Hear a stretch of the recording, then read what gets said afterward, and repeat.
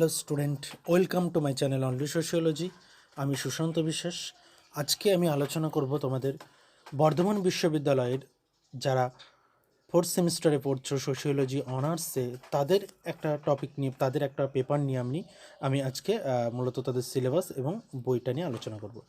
যে পেপারটা নিয়ে আলোচনা করবো সেই পেপারটি কি CC-9। গত ভিডিওতে আমরা দেখেছি CC-8। তোমরা যারা CC-8-এর সিলেবাস বা বুকলিস্টের ভিডিওটা দেখোনি, তারা অবশ্যই তোমরা ডিসক্রিপশন বক্স থেকে লিঙ্ক নিয়ে অবশ্যই দেখে নাও, ওকে। এবং যারা প্রথমবারের জন্য এসছো চ্যানেলে, অবশ্যই চ্যানেলটিকে সাবস্ক্রাইব করে রেখো। যদি তোমাদের মনে হয় যে চ্যানেলটি তোমাদের উপকারে আসবে বা কাজে লাগবে, অবশ্যই নিজেও সাবস্ক্রাইব করো এবং বন্ধুদেরকেও সাবস্ক্রাইব করতে উৎসাহিত করো। চলো শুরু করছি আজকে আমাদের অনার্স পোস্ট সেমিস্টার বর্ধমান ইউনিভার্সিটির CC-9-এর সিলেবাস এবং বুকস নিয়ে, ওকে। চলো, আচ্ছা, প্রথমে বলে রাখি, মডার্ন সোশিওলজিক্যাল থিওরি তোমরা যে প্রথম পার্ট পড়েছো অলরেডি। আমরা CC-9-এ এবং তোমরা ফোর্থ সেমিস্টারের এই পেপারটিতে বেসিক্যালি তোমরা দেখবে মডার্ন সোশিওলজিক্যাল থিওরির দ্বিতীয় পার্টে কী কী দেখবে? এক্সচেঞ্জ থিওরি দেখবে, যেটাকে আমরা বলি বিনিময় তত্ত্ব দেখবে। বিনিময় তত্ত্ব আমরা যখনই বলবো সমাজতত্ত্বে, যে দুজনকে ছাড়া আমরা বিনিময় তত্ত্ব কখনোই আলোচনা করতে পারি না, সেই দুজনের নাম হলো জর্জ হোমান্স এবং পিটার ব্লাউ, ওকে। তো জর্জ হোমান্স এবং পিটার ব্লাউ এই দুজনকে কিন্তু আমাদের অবশ্যই দেখতে হবে, বিশেষ করে বিনিময় তত্ত্বের মধ্যে। তাহলে বিনিময় তত্ত্বের introduction, what is exchange theory, বিনিময় তত্ত্ব বলতে কী বোঝায়, হ্যাঁ, যে কিসের বিনিময় তিনি দেখাতে চাইছেন বা বিনিময় কেন। তো এই বিনিময় তত্ত্বের ইন্ট্রোডাকশান এবং তার যে বেসিক প্রপোজিশনস, সেগুলো আমরা এখানে দেখব। নেক্সট আমরা আসবো যে বিনিময় তত্ত্বকে যারা এগিয়ে নিয়ে গেছেন, কারা এগিয়ে নিয়ে গেছেন? প্রথমত জর্জ হোমান্সের তত্ত্বের বেসিক পোস্টুলেটস কী ছিল, তিনি কি বোঝাতে চেয়েছেন, কি বলতে চেয়েছেন।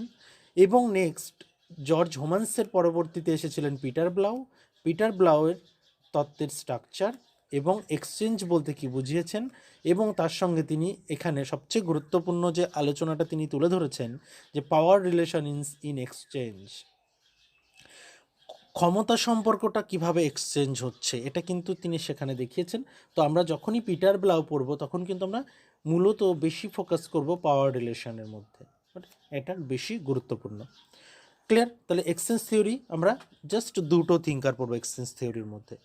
নেক্সট আসছি আরও একটি গুরুত্বপূর্ণ কনসেপ্ট, যেটা মডার্ন সোশিওলজিক্যাল থিওরির মধ্যে আমরা এই বিষয় দুটোকে এড়িয়ে কখনোই আমরা থিওরি পড়তে পারি না। তাহলে সমাজতত্ত্বে যখনই তোমরা থিওরি পড়বে, এই ফেনোমেনোলজি এবং এথনোমেথোডোলজি, এই দুটি কনসেপ্ট কিন্তু অবশ্যই জানা জরুরি। এ দুটির বাংলা কি? এ দুটির বাংলা খুব অদ্ভুত বাংলা, তোমরা হয়তো প্রথমবার শুনছো এমনটা কিন্তু হতে পারে। হ্যাঁ, যেমন আমরা ফেনোমেনোলজিকে বাংলায় বলি প্রবঞ্চবাদ, ফেনোমেনোলজিকে আমরা বলি প্রবঞ্চবাদ, এবং এথনোমেথোডোলজিকে আমরা বলি গণসমাজ সংবেদ পদ্ধতি বা গণসমাজ পদ্ধতি বলে থাকি অনেক সময়, ওকে। এটা হচ্ছে প্রবঞ্চবাদ, আর এটা গণসমাজ পদ্ধতি বলা যেতে পারে, ওকে। তাহলে দেখো, বোথ আর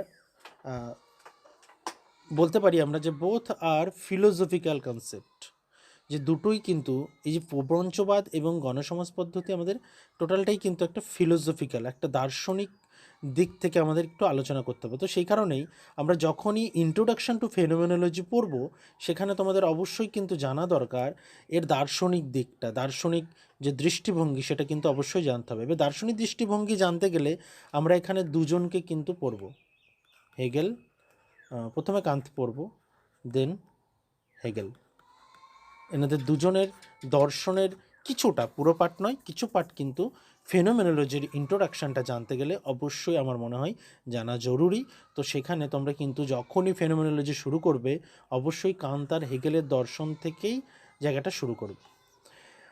এবার এসছি ফেনোমেনোলজির খুব গুরুত্বপূর্ণ একজন তাত্ত্বিক, তার নাম ছিল হুসারেলকে আমরা ফেনোমেনোলজির জনক বলি। ফাদার অফ ফেনোমেনোলজি হচ্ছে হুসারেল, প্রবঞ্চবাদের জনক হুসারেল। তো হুসারেলের আইডিয়াস পড়ব। এবং আরও একজন তাত্ত্বিক, ফেনোমেনোলজির গুরুত্বপূর্ণ দুজন তাত্ত্বিক, হুসারেল এবং অ্যালফ্রেড শুলস। অ্যালফ্রেড শুলসের দুটি গুরুত্বপূর্ণ কনসেপ্ট ইন্টারসাবজেক্টিভিটি, লাইফ ওয়ার্ল্ড। খুব বেসিক বা খুব বেসিক জায়গাটাই তোমাদের এখানে কিন্তু তুলে ধরা আছে, সুতরাং এইগুলোকে বাদ দিয়ে কিন্তু এগোনো যাবে না। অ্যালফ্রেড শুলসের ইন্টারসাবজেক্টিভিটি এবং লাইফ ওয়ার্ল্ড দুটো খুব গুরুত্বপূর্ণ কনসেপ্ট। এই কনসেপ্ট দুটোকে কিন্তু তোমাদের অবশ্যই জানতে হবে এবং তারপরেই কিন্তু তোমরা এগোতে পারবে। এবং নেক্সট যেটা গারফিঙ্কেল, এথনোমেথোডোলজির অ্যাকচুয়ালি গারফিঙ্কেলের হাত ধরে এসেছে এবং গারফিঙ্কেলের আলোচনার মধ্য দিয়ে এথনোমেথোডোলজিকে দেখেছি এবং আমরা এথনোমেথোডোলজিকে কিন্তু গারফিঙ্কেলকে কিন্তু আমরা এথনোমেথোডোলজির ফাদার বলে থাকি।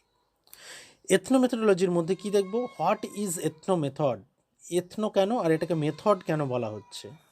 তোমরা মেথডের অলরেডি কিছু বিষয় জেনে এসেছো এই তিনটে সেমিস্টারে। তো এথনো মেথড কেন, হোয়াই ইট ইজ এথনো, এবং এটা মেথড কেন বলছি, এবং মেথড এবং মেথোডোলজির যে ডিফারেন্সটা সেটাও কিন্তু তোমাদের এখানে জেনে নেওয়া দরকার। নোশনস অ্যান্ড টাইপস, গারফিঙ্কেলের এই তিনটি বিষয়ের মধ্য দিয়ে কিন্তু টোটাল ফেনোমেনোলজি এবং এথনোমেথোডোলজি তোমরা এখানে পড়বে। তো এখানে কি পড়বে, মেনলি তোমাদের তিনটি থিঙ্কারকেই দেখতে হবে, হুসারেল, অ্যালফ্রেড শুলস এবং গারফিঙ্কেল। এই তিনজনকে ছাড়া ফেনোমেনোলজি বা এথনোমেথোডোলজি পড়া কিন্তু সম্ভব নয়। নেক্সট আসছি তিন নম্বর যে টপিকটা তোমাদের রয়েছে, ফেমিনিস্ট থিওরি। ফেমিনিস্ট থিওরি কি, ফেমিনিস্ট থিওরি হচ্ছে মেনলি ফেমিনিজমের উৎপত্তি লগ্ন থেকে, ফেমিনিজমের উৎপত্তি লগ্ন থেকে যে থিওরিস্টরা ফেমিনিস্ট থিওরিস্টরা অ্যাকচুয়ালি ফেমিনিজম নিয়ে বা নারী এবং পুরুষের অধিকার নিয়ে কথা বলতে শুরু করলেন, সেই সময় থেকে আমরা এখানে পড়ব। অর্থাৎ যখনই আমরা ইন্ট্রোডাকশান পড়ব, সেই ইন্ট্রোডাকশানের মধ্যে কিন্তু আমরা ফেমিনিজমের উদ্ভবটা দেখব, যেখানে তিনটি ঢেউয়ের মধ্য দিয়ে আমরা মূলত আলোচনা করে থাকি। প্রথম ঢেউ, দ্বিতীয় ঢেউ এবং তৃতীয় ঢেউ, এই তিনটি ঢেউয়ের মধ্যে দিয়ে আমরা কিন্তু আলোচনা করে থাকি যে নারীবাদের তিনটি ঢেউ। এবং এই নারীবাদের তিনটি ঢেউয়ের মধ্যেই তোমরা কতগুলো টাইপস জানবে, যে ফেমিনিজমের কী কী টাইপস আছে, যে কোন কোন ধরনের ফেমিনিস্ট আছে। কারণ এক একটা ফেমিনিস্ট এক একটা দৃষ্টিভঙ্গি থেকে কিন্তু আলোচনা করেছেন এবং বিভিন্ন ফেমিনিস্ট বিভিন্ন রকম দাবি দাওয়া তুলেছেন। সেই দাবি দেওয়ার ওপর ভিত্তি করে বলতে পারি আমরা ফেমিনিজমের ভাগ করা হয়েছে। যেমন আমি একটা বিষয় একটু বলি, যেমন ডিফারেন্ট টাইপসের মধ্যে দেখো লিবারাল আছে। লিবারাল মিন্স লিবারাল হওয়া। লিবারালে কি হয়েছে, লিবারালে মেনলি এই লিবারাল ফেমিনিস্টরা অ্যাকচুয়ালি চেয়েছেন নারী আর পুরুষের সমান অধিকার, ঘরে বাইরে সমান, প্রত্যেকটা জায়গায়।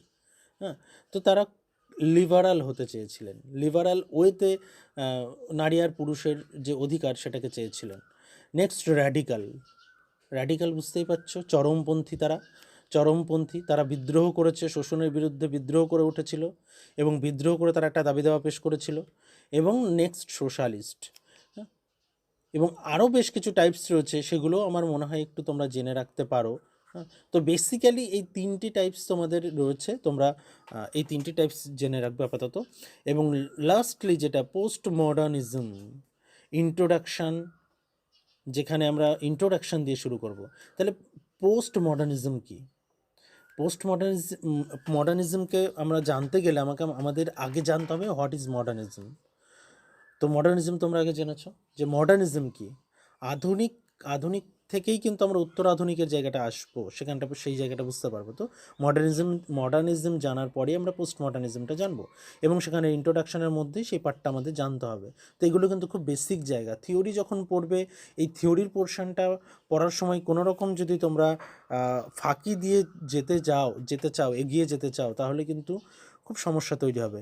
আলটিমেটলি তোমরা গ্র্যাজুয়েশন হয়ে যাবে ঠিকই, কিন্তু তোমরা থিওরির পোর্শনটাতে প্রচুর দুর্বল হয়ে থাকবে। সোশিওলজি নিয়ে যদি আলটিমেটলি এগোতে চাও, মাস্টার ডিগ্রি করতে চাও বা এমফিল পিএইচডি করতে চাও, সেক্ষেত্রেও কিন্তু এই থিওরির পোর্শনগুলো খুব গুরুত্বপূর্ণ।